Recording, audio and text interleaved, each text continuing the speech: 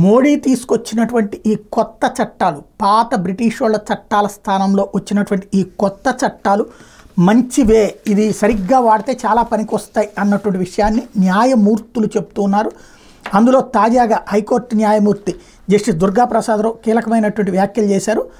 బాధితులకు సత్వర న్యాయం అందించేందుకు, మహిళలు చిన్నారుల మీద జరిగే నేరాలకు కఠిన శిక్షలు విధించేందుకు వీలుగా ఉంది ఇది భారతీయ న్యాయ సంహిత చట్టం. ఇందులో బిఎన్ఎస్లో సుమారు 14 నుంచి 15 కొత్త సెక్షన్లు ప్రవేశపెట్టారు. ఇది ఈ నెల 1 నుంచి అమల్లోకి వచ్చింది అన్నది గుర్తు చేస్తూ, ఇవన్నీ ఓ రకంగా చెప్పాలంటే పసిపిల్లల లాంటివి, వీటిని జాగ్రత్తగా చదవండి, అర్థం చేసుకోండి అని చెప్పుకొచ్చారు. ఐపీసీలో మొత్తం 511 సెక్షన్లు ఉన్నాయి.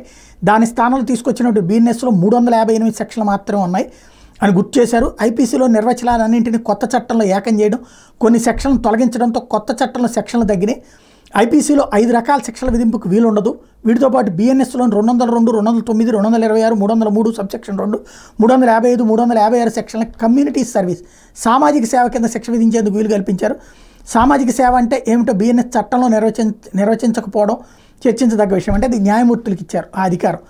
అలాగే చైన్ స్నాచింగ్, సామూహికంగా దాడి చేయడం ద్వారా పరువు హత్యలకు పాల్పడడం, భూ ఆక్రమణ, కిడ్నాప్, దోపిడీలు, వాహనాల దొంగతనం, వ్యభిచారం కోసం మానవ అక్రమ రవాణా తదితర వ్యవస్థీకృత నేరాలకు పాల్పడే వాళ్ళని శిక్షించేందుకు పలు సెక్షన్లు తీసుకొచ్చారు. వివాహం చేసుకుంటానని నమ్మించి లైంగిక వాంఛను తీర్చుకునే వాళ్ళని బోన్లో నిలబెట్టేందుకు సెక్షన్ 69ని కొత్తగా ప్రవేశపెట్టారు. ఆత్మహత్యాయత్నానికి పాల్పడడం ఐపీసీ సెక్షన్ 309 కింద నేరం.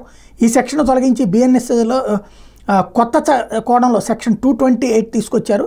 ప్రభుత్వ ఉద్యోగులకు ఫలానా పనిచేయాలని బలవంత పెట్టేందుకు ఆత్మహత్యాయత్నానికి పాల్పడతామని బెదిరిస్తే ఏడాది వరకు జైలు శిక్ష, జరిమానా, సామాజిక సేవ శిక్ష విధించేందుకు సెక్షన్ 226 వీలు కల్పిస్తోంది అని చెప్పుకొచ్చారు.